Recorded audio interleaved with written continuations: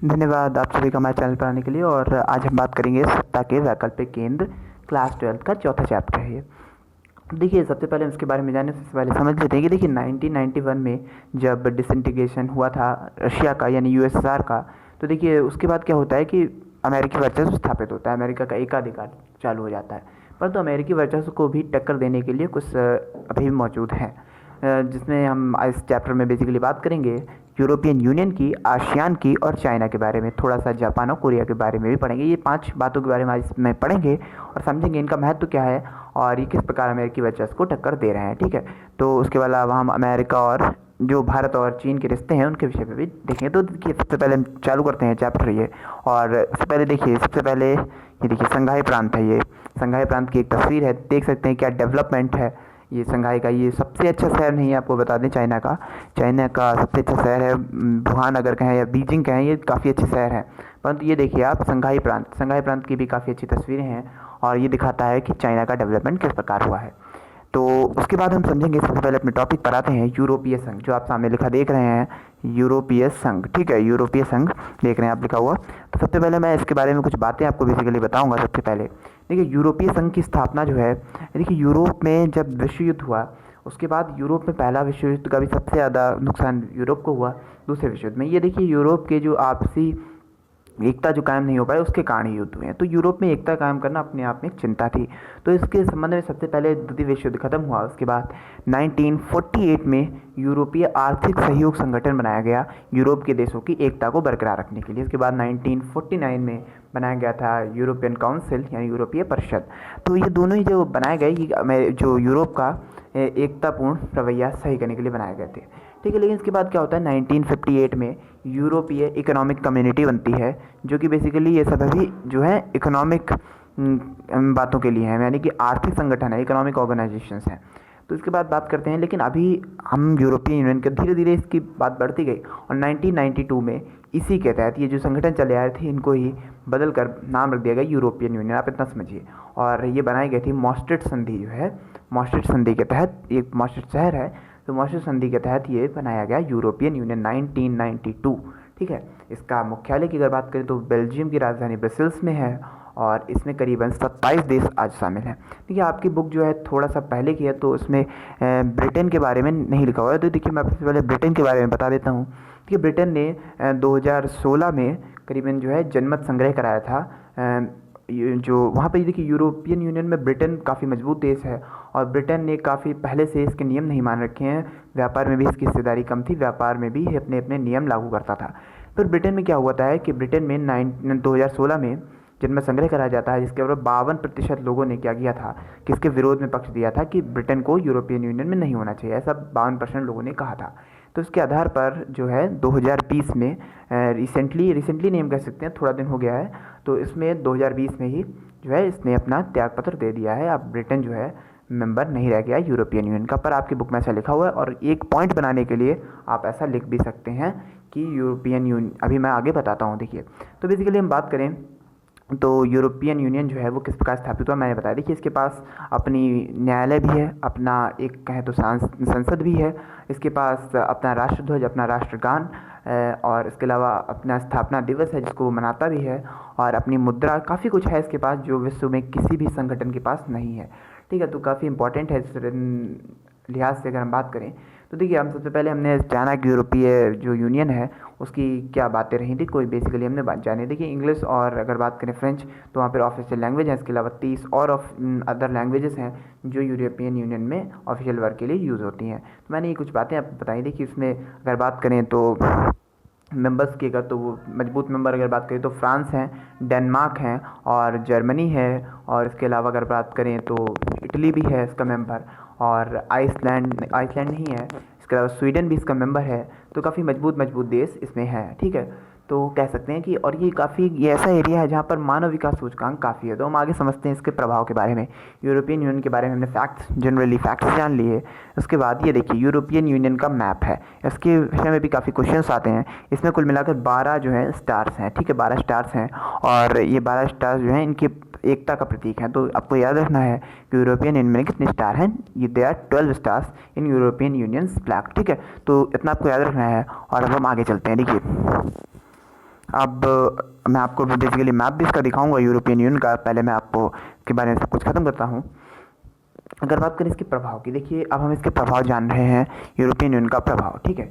तो सबसे पहले यूरोपियन यूनियन के प्रभाव के बारे में जाने, सबसे पहले जान लेते हैं कि ये दुनिया का जो है सबसे महत्वपूर्ण संगठन है, सबसे महत्वपूर्ण, ठीक है, मैं ये कहूँगा। तो ये सबसे महत्वपूर्ण क्षेत्रीय संगठन है, इतना कह सकते हैं आप। इसके अलावा अगर बात करें 2005 में ये दुनिया की सबसे बड़ी इकॉनमी था, अमेरिका को भी छाड़ दिया था, ठीक है। और लगभग इसकी इकॉनमी का 31, जो वर्ल्ड इकॉनमी है उसका 31% केवल जो है ये यूरोपियन यूनियन की इकॉनमी है, ठीक है। तो अमेरिका से बड़ी थी। और इसमें अगर बात करें तो करीबन 12 जो है मिलियन डॉलर्स की थी इसकी जीडीपी, ठीक है। सबसे बड़ी जीडीपी बन के आई, सबसे बड़ी इकॉनमी बन के आई।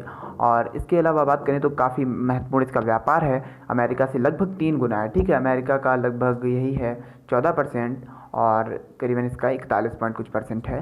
तो कह सकते हैं कि अमेरिका से 3 गुना है, ठीक है। तो अमेरिका से व्यापार भी 3 गुना है।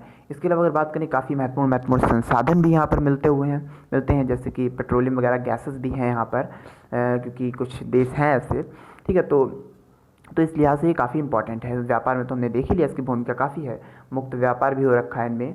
और इसके अलावा अगर हम बात करें तो इसमें यहाँ पर अमेरिकी वर्चस्व को किस प्रकार चुनौती दी है ये भी समझिए। देखिए अमेरिका को हमने देख ही लिया, इसकी इकॉनमी को भी पिछाड़ रहा है। और इसके अलावा एक बात है कि यहाँ पर एक मुद्रा चलती है यूरो, ठीक है। ये सभी देश मानते हैं, ठीक है। ऐसा कोई भी इसमें देश जो हैं वो भी हम बताएंगे आपको। देखिए सभी लगभग देश मानते हैं यूरो को, यूरो के माध्यम से ही व्यापार करते हैं, जबकि वर्ल्ड में डॉलर के माध्यम से व्यापार होता है, ठीक है। लेकिन ये लोग जो है यूरो के माध्यम से व्यापार करते हैं। तो ये भी अमेरिकी वर्चस्व को टक्कर दे रहे हैं, ठीक है। उनके पास खुद की मुद्रा है अपनी, ठीक है। तो उसके अलावा अगर बात करें सैन्य वर्चस्व की, तो सैन्य वर्चस्व में देखिए दुनिया की सबसे जो बड़ी सेना है उनमें दूसरे नंबर पर अमेरिका के बाद है। तो कह सकते हैं काफ़ी महत्वपूर्ण हथियार हैं इन लोगों के पास, काफ़ी बड़े बड़े हथियार हैं। और जिसमें जर्मनी और फ्रांस काफ़ी महत्वपूर्ण है, फ्रांस से राफेल भी है ले रहा है भारत, समझ सकते हैं। इसके अलावा अगर बात करें तो रक्षा बजट भी अमेरिका के बाद दूसरे नंबर का इसका रक्षा बजट भी है। और साथ ही इसके पास 550 परमाणु हथियार भी हैं, 550 परमाणु हथियार, जो कि अमेरिका और रशिया के बाद तीसरे नंबर पर आते हैं, ठीक है।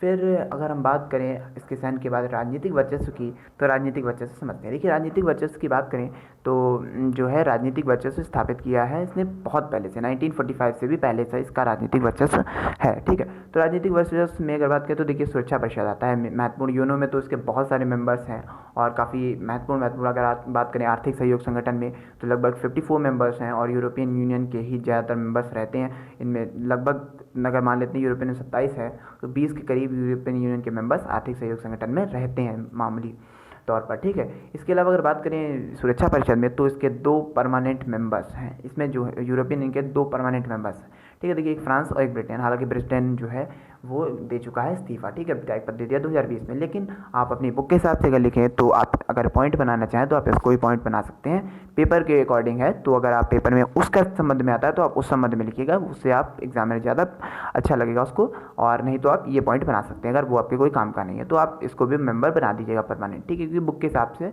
ब्रिटेन उस समय जो है परमानेंट मेंबर है, ब्रिटेन जिसका सदस्य है, ठीक है। तो इसके अलावा अगर बात करें तो कई जो टेम्प्रेरी मेंबर्स होते हैं, जो 10 टेम्प्रेरी मेंबर्स हैं उनमें भी यहाँ जो उसका हेडक्वार्टर है बेल्जियम में, ब्रसेल्स में, बेल्जियम के ब्रसेल्स में। तो बेल्जियम भी एक जो है परमानेंट जो टेम्प्रेरी मेंबर होते हैं उनमें है, ठीक है। तो काफ़ी तौर पे टेम्प्रेरी मेंबर्स भी रहते हैं इसके। तो काफ़ी राजनीतिक वर्चस्व है। विश्व व्यापार में अगर बात करें जो SLOC में नियम बनते हैं उसमें भी अमेरिका सलाह ले लेता है इन लोगों की, ठीक है। काफ़ी अच्छे रिश्ते हैं अमेरिका से कुछ देशों के, तो इस लिहाज से भी इनका काफ़ी। और मानवाधिकार के मामलों में या कहीं यूनेस्को की पेरिस में इसकी वो हेडक्वार्टर है यूनेस्को का, तो काफ़ी ऐसी चीज़ें हैं जो इन्हीं देशों में है, ठीक है, इन लोगों की। तो काफ़ी वर्चस्व है विश्व में। और अगर बात करें तो राजनीतिक क्षेत्र में जो भी कोई भी बड़ा मुद्दा होता है तो इन और G7 देश हैं उनके भी इसमें काफ़ी सदस्य हैं। अगर बात करें ब्रिटेन भी है और इसके अलावा फ्रांस भी है। तो ये काफ़ी इंपॉर्टेंट हो जाता है इस लिहाज से, ठीक है। इसके बाद अगर बात करें तो हम अब यूरोपियन यूनियन की बेसिकली कमियों के बारे में बात करते हैं। देखिए यूरोपियन यूनियन हमने देखा कितना अच्छा है, अब हम कमियों के बारे में बात करेंगे। देखिए स्वीडन और डेनमार्क जो है ये इसकी मुद्रा यूरो को मानने से इनकार करते हैं, मॉस्ट्रिच संधि को ही मानने से इनकार कर रहे हैं। तो यानी आप मॉस्ट्रिच संधि को मानने से इनकार कर रहे हैं तो बेसिकली आप जो है वो यूरोपियन यूनियन को मानने से इनकार कर रहे हैं। तो डेनमार्क और स्वीडन जो है वो मना कर रहे हैं। तो कई देश और भी अब इस जगह का जो है एकता भंग कर रहे हैं इसकी। इसके अलावा अगर बात करें तो कई लोगों की विदेश नीति एक दूसरे के विरुद्ध हो जाती है, कभी कभी संप्रभुता को खतरा पहुंचता है इससे। ठीक है। इसके अलावा एक मत नहीं हो पाते हैं विश्व में, ठीक है। कहीं कोई उधर जा रहा है, कोई उधर जा रहा है, जैसे यूके जो है, यूके पाकिस्तान की तरफ जा रहा है, ठीक है। और जो फ्रांस है वो इंडिया की तरफ आया, तो काफ़ी कुछ ऐसा है जो समझना चाहिए। और उसके अलावा अगर बात करें जो राजनीतिक क्षेत्र जो हम इसकी सीमाएँ जान रहे हैं, यानी कि कमियाँ, ठीक है, तो उसमें और भी कुछ है। जैसे कि अगर हम इराक पर हमले की बात करें 2003 के, तो ब्रिटेन ने जो है साथ दिया था अमेरिका का। फ्रांस और जो जर्मनी थे, जो कि काफ़ी इंपॉर्टेंट कंट्रीज़ हैं इनकी, उन्होंने इनका साथ नहीं दिया था। तो ऐसी कई चीज़ें हैं जो इसकी कमियों के रूप में उजागर हो रही हैं, एकता भंग हो रही है इसकी, ठीक है। तो इस प्रकार हमने यूरोपियन यूनियन के बारे में जान लिया। तो यूरोपियन यूनियन की अगर बात करें, रिसेंटली में क्वेश्चन आता है, तो इस समय जो इसके चीफ कौन है, इसके चीफ में भी डोनाल्ड कुछ हैं, जो हैं पोलैंड के पूर्व जो है फॉर्मर जो है प्राइम मिनिस्टर रह चुके हैं। पोलैंड के फॉर्मर प्रेसिडेंट हैं, डोनाल्ड करके कुछ है, नाम देख लीजिएगा आप गूगल पर। तो मैंने ये बता दिया आपको। इसके बाद हम आते हैं आसियान पर। आसियान से आने से पहले मैं आपको एक मैप दिखाऊंगा। ये देखिए मैप, देख पा रहे होंगे आप। ये देखिए, ये ब्लू कलर से जो भी आ रहा है इसमें, वो बेसिकली जो है, या ब्लू कलर से आप देख रहे होंगे, वो जो है मेंबर्स हैं यूरोपियन यूनियन के। तो हम इसमें बता देते हैं नीदरलैंड वगैरह। और अगर आप बात करें तो यूरोप के देश जो यूरोपियन यूनियन के मेंबर नहीं हैं, तो उनमें सबसे महत्वपूर्ण है नॉर्वे। देखिए आप सामने देख रहे हैं, नॉर्वे HTR रैंकिंग में नंबर 1 पर है। तो नॉर्वे जो है इसका मेंबर नहीं है। इसके अलावा अगर आइसलैंड की बात करें तो आइसलैंड भी इसका मेंबर नहीं है, और स्विट्ज़रलैंड भी इसका मेंबर नहीं है। तो काफ़ी ऐसे देश हैं जो यूरोप में होने के बावजूद भी इसके मेंबर नहीं है, ठीक है। तो ये बातें भी याद रखनी है। बेसिकली नॉर्वे आपको याद रखना है, ठीक है। ये देखिए स्वीडन, और ये यहाँ पर आइसलैंड है। यहाँ जहाँ पर मैंने लाइन करी है सफ़ेद कलर की, ये देखिए सफ़ेद कलर वाले एरिया में ये आइसलैंड का एरिया है, ये भी इसका मेंबर नहीं है, ठीक है। तो अब हम बात करते हैं, बेसिकली आते हैं अपने अगले टॉपिक पर, जो कि है, और इसका लास्ट मेंबर जो बना है वो बना है क्रोएशिया, ठीक है। क्रोएशिया जो है इसका लास्ट मेंबर बना है, 2012-13 के करीबन बना है, ठीक है। अब सैनिक ताकत हमने सब कुछ जान लिया इसके बारे में। और अब हम आते हैं आसियान पे। आसियान जो है, जो इसका फुल फॉर्म है वो पहले मैं लिख देता हूँ। देखिए आसियान, ASEAN, ठीक है, ASEAN, ठीक है, आसियान, ठीक है। ये देखिए आसियान मेंबर्स हैं दक्षिण पूर्व एशियाई राष्ट्रों का संगठन, साउथ ईस्ट एशियन कंट्रीज़, ठीक है। Basically south east Asian countries, ठीक। तो इसके बाद अब हम बात करेंगे इसके बारे में कुछ। देखिए इसकी स्थापना जो हुई थी 1967 में हुई थी। देखिए इसके जो देश हैं वो 10 हैं लगभग, और इसकी स्थापना जब हुई थी तब इसके 5 सदस्य थे, ठीक है। तो ये जो है भारत के नीचे जहाँ पर देश हैं जिन्होंने पहले इसकी स्थापना की थी, उनमें देखिए थाईलैंड और सिंगापुर, इंडोनेशिया और मलेशिया, और इसके अलावा एक और देश होगा बेसिकली हम देखेंगे, और मलेशिया, फिलीपींस, ठीक है। ये 5 मेंबर्स थे। तो इन्होंने इसकी स्थापना की थी 1967 में, जैसा कि लिखा हुआ है सामने। तो जो मेंबर्स हैं ये पांचों, ये गुटनिरपेक्षता के सदस्य थे, परंतु इनका जो है कुछ फ़ायदा नहीं हो पा रहा था। तो इन्होंने एक अपना अलग संगठन बनाया जिसको बोला जाता है दक्षिण पूर्व एशियाई राष्ट्रों का संगठन, ठीक है, association for south east Asian Nations, ठीक है। इसकी ये फुल फॉर्म है। तो बेसिकली हम बात करें तो इसके जो मेंबर्स हैं वो हमने बताया 5, और 10 मेंबर्स जो हैं इसके सामने लिखे हुए। देखिए मैं पढ़ के बता देता हूँ। Indonesia, Malaysia, Philippines, Singapore, Thailand, ये जो है संस्थापक सदस्य हैं। इनमें आ जाते हैं 2 के नाम, तो आप याद रखने हैं। उसके अलावा अगर बात करें तो दारुसलाम, वियतनाम, लाओस, म्यांमार और कंबोडिया। मैं अभी सभी आपको मैप में दिखाने वाला हूँ। यहाँ पर फिलहाल एक मैप बना हुआ है, ये देखिए काफ़ी छोटी छोटी कंट्रीज़ हैं इसमें, और मैंने आपको बताया गुटनिरपेक्षता के देश थे, और ये काफ़ी औपनिवेशिक शक्तियों के गुलाम रहे थे। मतलब जो भी इसको जापान ने भी बनाया है, और वियतनाम वगैरह ये सब देश हैं जो इसको डच लोगों ने बनाया था। आपको बताएं इंडिया पर जो है ब्रिटिशर्स जब रूल कर रहे थे उस समय यहाँ पर कौन रूल कर रहा था, डच लोग रूल कर रहे थे, ठीक है। इसके अलावा हम बात करें यूरोपियन यूनियन की तरह ही अगर इसकी बात करें तो इसका कोई राजनीतिक वर्चस्व कोई खासा नहीं है, परंतु इसका जो वर्चस्व है वो आर्थिक क्षेत्र में है, क्योंकि छोटे छोटे देश हैं, परंतु इसमें एक एकतापूर्ण संगठन है, ठीक है। तो हालांकि ये राजनीतिक रूप ले चुका है। और इसकी बात करें तो अगर इसकी स्थापना मैंने आपको बताया 1967 में हुई थी, और इसका जो हेडक्वार्टर है वो इंडोनेशिया के कैपिटल जकार्ता में है, ठीक है। जकार्ता में इसका कैपिटल जो है हेडक्वार्टर है। इसके अलावा ये आर्थिक क्षेत्र में अगर बात करें तो काफ़ी उभरता हुआ संगठन है। इसकी इकॉनमी बहुत तेज़ी से बढ़ रही है, ठीक है, बहुत तेज़ी से बढ़ रही है कहते हैं। और सभी देश जो हैं दुनिया के वो आसियान के जो मेंबर्स हैं उनके साथ व्यापार करना चाहते हैं। भारत भी लगा हुआ है, ठीक है। भारत का सबसे ज़्यादा व्यापार जो है वो किसी अगर क्षेत्रीय संगठन से है तो आसियान से। ये लगभग आसियान और एशिया के कंट्रीज़ को अगर मिला दें तो करीबन 15 लाख करोड़ का हमारा व्यापार होता है आसियान और एशियन कंट्रीज़ से। ठीक है, तो ये जो मेंबर्स हैं हमने समझे कितनी एकतापूर्ण तरीके से रहते हैं काफ़ी, और विश्व व्यापार में इनकी हिस्सेदारी भी हमने देख ली है। तो इसके अलावा बात करें इनके पास कोई बहुत बड़ा एरिया तो नहीं है बहुत बड़ी इकॉनमी के लिए, मतलब बहुत बड़ी इकॉनमी तो नहीं है इनकी किसी के पास भी, परंतु ये अच्छे देश हैं। ठीक है, इनकी यहाँ पर अगर विकास क्षेत्र की बात करें तो काफ़ी तेज़ी से हो रहा है। ठीक है, और अब हम बात करते हैं इसके आर्थिक क्षेत्र पर। तो आर्थिक क्षेत्र में हमने बात की, और उसके बाद हम बात करेंगे राजनीतिक क्षेत्र पे, तो अच्छे खासे वर्चस्व नहीं है इसका, क्योंकि छोटे छोटे देश हैं। और इसके अलावा अगर बात करें इसने अपने संकटों को किस प्रकार, देखिए पूर्वी कंबोडिया संकट, अगर बात पूर्वी तिमोर संकट, कंबोडिया संकट, तो काफ़ी ऐसे संकट हैं जो इन लोगों ने सुलझा लिए हैं, पर भारत पाकिस्तान जैसे दक्षिण सार्क है वो नहीं सुलझा पाया है, बट इन लोगों ने सुलझा लिए। तो ये काफ़ी महत्वपूर्ण संगठन है, इसको अभी तक नोबेल अवार्ड नहीं मिला आपको बता दें, और यूरोपियन यूनियन को नोबेल अवार्ड मिल चुका है।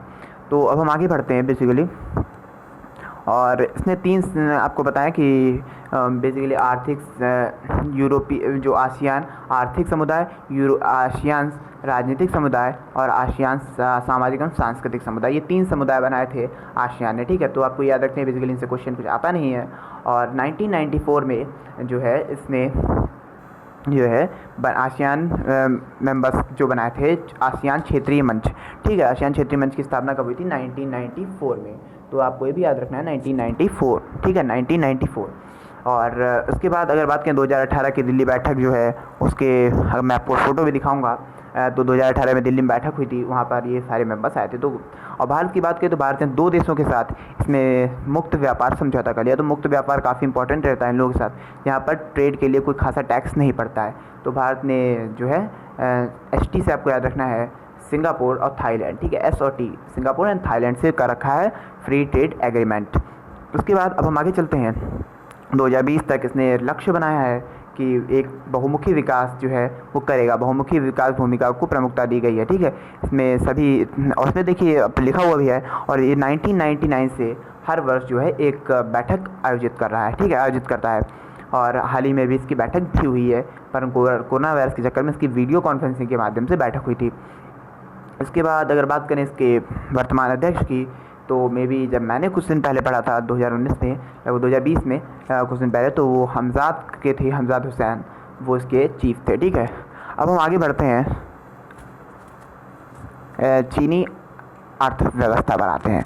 अब देखिए चीनी अर्थव्यवस्था के संबंध में समझे उससे पहले हम जान लेते हैं कि चीन में इससे पहले क्या हुआ। देखिए चीन जो है 1949 में इंडिपेंडेंट हुआ, मतलब एक स्वतंत्र चीन की स्थापना होती है 1949 में, माओ के नेतृत्व में एक समाजवादी क्रांति के पश्चात, साम्यवादी क्रांति के पश्चात की स्थापना होती है। माओ जो थे मतलब व्यक्ति थे, नेता हैं बेसिकली।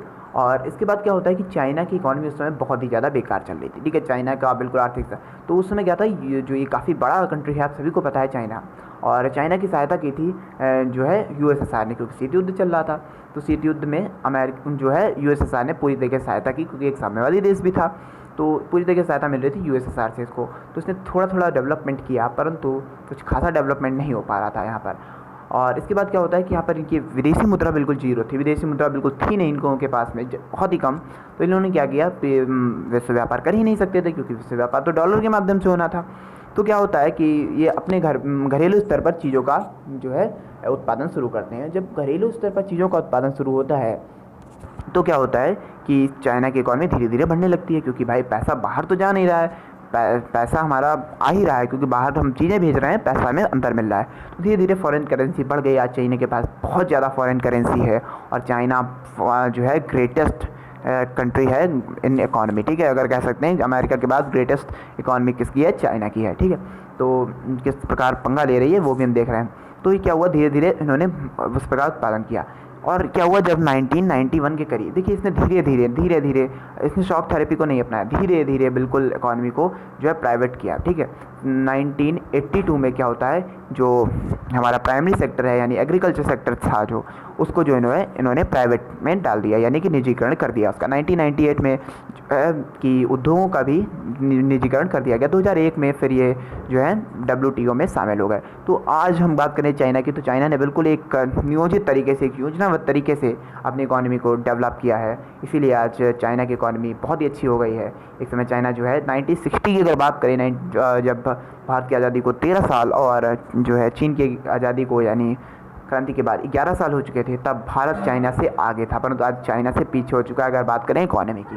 ठीक है, तो हम आगे चलते हैं धीरे धीरे, और काफ़ी इसका रुतबा है। और आज लगभग सभी, अगर इसकी सेना की बात करें तो सेना भी काफ़ी इम्पोर्टेंट है इसकी, और सेना के क्षेत्र में भी ये काफ़ी इम्पोर्टेंट है। और नौसेना इसकी लगभग हर समुद्र में तैनात है, हर बड़े छोटे सागरों में है इसकी सेना, और काफ़ी इसका विवाद चलता है, सीमा विवाद तो काफ़ी देशों से है। और देखिए इसके परिणाम क्या हुए, जो इतनी अच्छी क्रांति हुई, इसका अर्थव्यवस्था बहुत ज़्यादा ऊपर आ गई, परंतु जनसंख्या बढ़ रही थी, इसका अर्थव्यवस्था इतनी ज़्यादा ऊपर नहीं आई, परंतु अब बहुत तेज़ी से बढ़ रही है, क्योंकि जनसंख्या भी उन्होंने स्थिर कर ली है। और इसके अलावा जो है जनसंख्या बढ़ी तो मलिन बस्तियों का भी विकास, मतलब निर्माण हो गया, और इसके साथ ही जनसंख्या और बढ़ी। जब देखिए आर्थिक विकास का कारण भी जनसंख्या है, आर्थिक विकास का परिणाम भी जनसंख्या है, इतना समझ जाइएगा। इसके अलावा अगर बात करें तो चाइना के बारे में बेसिकली इसमें कुछ नहीं है, और इतना याद रखना है चाइना जो है वो one of the greatest growing economy है वर्ल्ड की। ठीक है, तो ये बातें बेसिकली आती हैं चाइना के संबंध में। अब हम बात करते हैं चाइना एंड इंडिया रिलेशंस के बारे में। देखिए चाइना और इंडिया के रिलेशंस की बात करें तो काफ़ी ख़राब हैं, और वर्तमान समय में अगर जब मैं यहाँ पर जून की बात कर रहा हूँ तो काफ़ी ज़्यादा ख़राब हैं, और इस समय तो लगभग युद्ध की कगार पर है भारत और चाइना। तो ये क्यों है? देखिए कुछ प्रमुख पॉइंट हैं चाइना भारत के बीच में, जिन पर भारत की सहमति है, भारत चाइना सहमत हैं, और कुछ पर जो है भारत चाइना की सहमति नहीं है। बेसिकली मैं सबसे पहले आता हूँ राजनीतिक क्षेत्र पर। देखिए राजनीतिक क्षेत्र के संदर्भ में बात करें अगर, तो चाइना और भारत के रिश्ते बहुत ख़राब हैं, क्योंकि चाइना ने हमेशा ही भारत के विपक्ष में ही वोटिंग की है, या कहें कि भारत के विपक्ष में ही अपना मुद्दा बनाया है। हमेशा पाकिस्तान को सपोर्ट किया है, और जितने भी भारत विरोधी शक्तियाँ हैं उनका ही सपोर्ट किया है, किसने? चाइना ने। अब अगर बात करें राजनीतिक क्षेत्र में तो हमेशा वीटो लगाया है भारत के संदर्भ में। अगर हम बात करें परमानेंट मेंबर की, अगर यूएनओ के जो सिक्योरिटी काउंसिल है, तो भी उसमें जो है चाइना ने अपनी वीटो लगाया था। अगर इसके अलावा अगर हम बात करें सैन्य क्षेत्र में, तो सैन्य क्षेत्र में भी तो रिश्ते ख़राब ही हैं हमारे, क्योंकि हमारा सीमा विवाद चलता है इन लोगों से। तो अभी हाल ही में 20 हमारे जवान शहीद हुए हैं, ट्रिब्यूट देते हैं इनको, और उसके संबंध में भी बहुत ही ख़राब रिश्ते हैं। इसी वजह से हमारे 20 जवान शहीद हुए, हालांकि उनके भी 45 जवान मारे गए हैं। तो सीमा विवाद है लद्दाख क्षेत्र में। ठीक है, गलवान घाटी जो है लद्दाख के पास में ही है थोड़ा सा, तो लद्दाख क्षेत्र में अरुणाचल प्रदेश जो है नेफा वहाँ पर भी काफ़ी विवाद रहते हैं। पूर्वोत्तर भारत में विवाद रहे हैं चाइना के संबंध में। तो ये, और सियाचिन जो ग्लेशियर है वहाँ पर भी चाइना ने कब्जा कर रखा है अवैध रूप से। तो ये काफ़ी विवाद के मुद्दे हैं भारत और चाइना के संबंध में। ठीक है, इसके अलावा सैन्य संबंध जाने हमने, राजनीतिक अब हम आते हैं सीधा आर्थिक संदर्भ पर।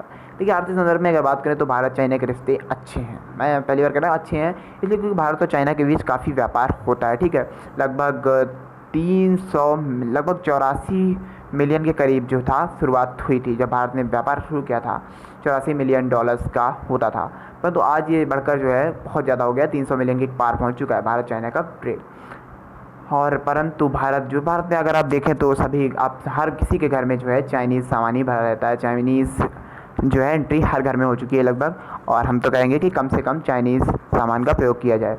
परंतु क्योंकि ये हमारे, अगर हर संदर्भ में बात करें तो हमारे ख़राब रिश्ते हैं, इसलिए हम आर्थिक संदर्भ में भी चाइना को फ़ायदा नहीं देना चाहते हैं। हमारा भी हालांकि भारत जो है वो 2% का केवल हिस्सेदार है भारत एक इतना बड़ा बाज़ार है, फिर भी चाइना के 2% ही सामान यहाँ पर आते हैं बाकी। लेकिन तो तब भी अगर हम 2% का भी करें तो भी काफ़ी नुकसान हो जाएगा चाइना को।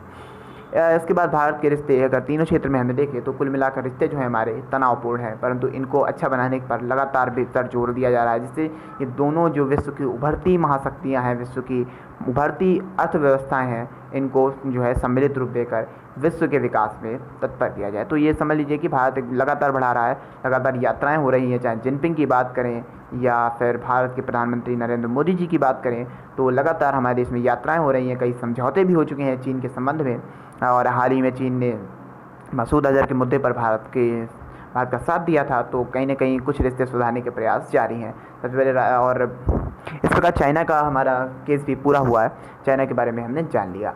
अब देन हम बात कर दी इंडिया चाइना के रिलेशंस की भी हमने बात की। अब हम आखिरी अपने संदर्भ में है जो है, देखिए यहाँ पर मैं आएंगे सीधा जापान पे आते हैं। देखिए जापान के बारे में पहले जापान की बात करें अगर, तो जापान जो है विश्व की तीसरी सबसे बड़ी महाशक्ति है, ठीक है। जैसा पीपीपी के हिसाब से बात करें तो चौथे नंबर पर है, और जो अलग जीडीपी के हिसाब से बात करें जो, तो वो उसमें हिसाब से जो मानी जाती है जीडीपी, उसके हिसाब से जो है जापान तीसरे नंबर पर है, ठीक है। जापान तीसरे नंबर पर है। और जापान की देखिए कुछ कंपनीज हैं जैसे सोनी, पैनासोनिक, कैनन एक कैमरा कंपनी है, Suzuki, Honda, Toyota and Mazda जैसे प्रसिद्ध जापानी ब्रांड सुनी होंगे आपने। तो ये कुछ ब्रांड हैं जो यहाँ पर काफ़ी पॉपुलर हैं, आपको पता ही है। Sony, Panasonic, Canon, Suzuki, Honda ये सब काफ़ी फेमस हैं भारत पे। और अगर बात करें तो 1945 में यहाँ पर नागासाकी में परमाणु बम गिराया गया था, हिरोशिमा पर भी। तो लेकिन उसके बाद से कितनी जल्दी यहाँ की इकॉनमी ग्रो हुई है ये सभी जानते हैं। 100% लिटरेसी रेट है यहाँ का, और करीबन 80 के भी पार जा चुकी है यहाँ की जो जीवन प्रत्याशा है, ठीक है। लाइफ एक्सपेक्टेंसी जो है 80 के क्रॉस कर चुकी है लगभग, अब तो 100 के करीब जाने वाली है। भारत की 68 है आपको बताएं। और इसके अलावा ये बन चुका है सदस्य OECD का, हाँ ठीक है, OECD का है ऑर्गेनाइजेशन फॉर इकोनॉमिक कोऑपरेशन, ठीक है, का सदस्य बन चुका है। 2017 में जापान की अर्थव्यवस्था विश्व की तीसरी सबसे बड़ी अर्थव्यवस्था थी, ठीक है। अभी भी है, 2019 के आंकड़े अगर मैं बताऊं तो भी तीसरी ही है। और एकमात्र देश है जो G7 का सदस्य, G7 में सब विकसित देश हैं, और विकसित देशों में अगर बात करें तो एकमात्र जो है एशिया का सदस्य कौन है, जापान, ठीक है। भारत, रूस और चीन को भी इसमें, भारत और रूस को भी इसमें शामिल करने की बात चल रही है, परंतु चाइना नहीं है भी, भारत और रूस को भी, ठीक है। तो विश्व का आबादी के लिहाज से विश्व का 11वां सबसे बड़ा देश है ये। और इसकी बात करें तो काफ़ी अच्छा है यहाँ पर माहौल, ठीक है। 7 ट्रेन लेट नहीं होती हैं, 7 सेकंड लेट हुई थी एक बार ट्रेन, तो इसमें पूरा किराया वापस किया गया था। सभी बहुत ही फेमस केस है ये। तो प्राकृतिक संसाधन कम है, परंतु आर्थिक विकास जो इकोनॉमिक डेवलपमेंट है वो कम नहीं है। इकोनॉमिक डेवलपमेंट बहुत तेज़ है वर्ल्ड के हिसाब से। अगर हम बात करें, इतना बड़ा परमाणु हमला झेलने के बाद भी ये बहुत बड़ी महाशक्ति बनकर उभरा है, ठीक है। और ये देखिए सामने एक रोबोट है जो विश्व का सबसे अत्याधुनिक मानवीय रूपी रोबोट है। ये जो है ह्यूमन रोबोट बोला जाता है, इसका नाम है आसिमो, ठीक है। आसिमो ये साथ में है। तो देखिए कितना बढ़िया ज़्यादा टेक्नोलॉजी हो चुकी है जापान की। अब हम दिन बात करते हैं दक्षिण कोरिया की। देखिए जापान जो है पूरा साथ दिया है अमेरिका का, पूरे जो कोल्ड वॉर था इसमें ये एक अमेरिकन कंट्रीज था, मतलब समझ लीजिए अमेरिका की समर्थित देशों में ये शामिल था, ठीक है। तो ये आपको इतना भी याद रखना है, ये जापान के संबंध में बता रहा हूँ। दक्षिण कोरिया की बात करें तो दक्षिण कोरिया भी अमेरिकी गुट में ही शामिल था शीत युद्ध के दौर में। और 1950 में इसकी, देखिए कोरिया एक बेसिकली एक कंट्री थी, इसमें उत्तरी कोरिया दक्षिण कोरिया दोनों ही थे, परंतु ये इसका बंटवारा हुआ 1953 में। और आपको बता दें उस दिन से 1953 से आज तक यूरोप, उत्तरी कोरिया का कोई इंसान दक्षिणी कोरिया नहीं गया, और दक्षिणी कोरिया का कोई इंसान उत्तरी कोरिया नहीं गया। दक्षिणी कोरिया का कोई सामान उत्तरी कोरिया नहीं गया, उत्तरी कोरिया का कोई भी सामान दक्षिण कोरिया नहीं गया। तो ये कितनी बड़ी बात है, और ये विश्व में मैं समझता हूँ ये पहला मौका है जब ऐसा हुआ है। तो हम दक्षिण कोरिया के विकास के बारे में समझते हैं, काफ़ी अच्छा देश हो चुका है ये आज। छोटा है परंतु बहुत बढ़िया हो चुका है। मैं मैप पे भी आपको दिखा सकूँगा तो दिखाऊँगा। कोरियन जो कोरियाई प्रायद्वीप को द्वितीय विश्व के दक्षिण कोरिया, देखिए मैं बांट गया, इस भी मैं बता चुका हूँ आपको। ये देखिए सैमसंग, LG, हुंडई जैसे दक्षिण कोरियाई ब्रांड। देखिए भारत में कौन सा चलता है, सैमसंग काफ़ी चलता है, इसके अलावा LG भी काफ़ी चलता है, हुंडई, ये 3 ब्रांड लिखे हुए हैं दक्षिण कोरियाई ब्रांड है। आपको याद रखना है, ये बेसिकली काफ़ी इंपॉर्टेंट रहता है आपके जनरल नॉलेज के बेसिस से। और देखिए उसके अलावा अगर बात करें तो ये 11वें नंबर की शायद में भी मुझे याद है तो जो है अर्थव्यवस्था है। सैन्य खर्च भी इसका जो है शायद मुझे लगता है 10वां स्थान होगा, ठीक है। सैन्य खर्च में 10वां है, और इकॉनमी जो है इसकी 11वें नंबर पर है, ठीक है। तो उसके अलावा इसका अगर बात करें तो जो भ्रष्टाचार जो प्रतिवेदन निकला था, इंडेक्स निकला था, उसमें भी इसकी रैंकिंग काफ़ी अच्छी थी, ठीक है, काफ़ी अच्छा था। यहाँ पे व्यापार भी, जो भ्रष्टाचार है वो भी कम था। STI रैंकिंग की बात करें तो उसमें भी ये में भी मुझे लगता है कि टॉप 20-25 में ऐसे ही था, ठीक है, टॉप 20 में मुझे लगता है था।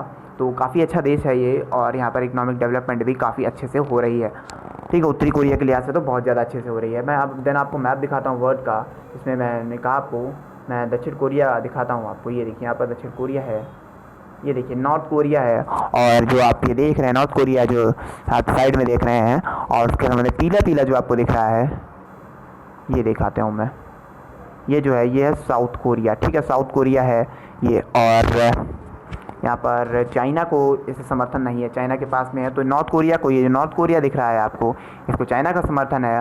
और इसको जो है अगर बात करें तो इसको समर्थन है, ये जो आप साउथ कोरिया देख रहे हैं, इसको समर्थन है अमेरिका की तरफ से। तो बेसिकली हमने ये बातें जानी आज के संबंध में, और आज का चैप्टर हम यहीं पर ख़त्म करते हैं। और बात की हमने किस प्रकार चैप्टर में अमेरिका के सत्ता के वैकल्पिक केंद्र यानी अमेरिका के संबंध में जो प्रतिस्पर्धा कर सकते हैं उन देशों के बारे में, उन संगठनों के बारे में। तो सबसे इम्पोर्टेंट संगठन मुझे लगता है जो है यूरोपियन यूनियन है, जो पंगा ले रहा है अमेरिका से। इसके अलावा अगर बात करें तो आसियान जो है व्यापार के मुद्दे पर कुछ हद तक अच्छा हो गया है काफ़ी, परंतु अमेरिकी वजह से उसको टक्कर दे अभी इतनी इसमें समर्थ नहीं है मुझे लगता है। और परंतु यूरोपियन यूनियन ज़रूर थोड़ा सा दे रहा है, यूरो जो डॉलर है उसको भी इसने जो है प्रतिस्पर्धा दी है। तो आज के लिए इतना ही। जय हिंद, जय भारत।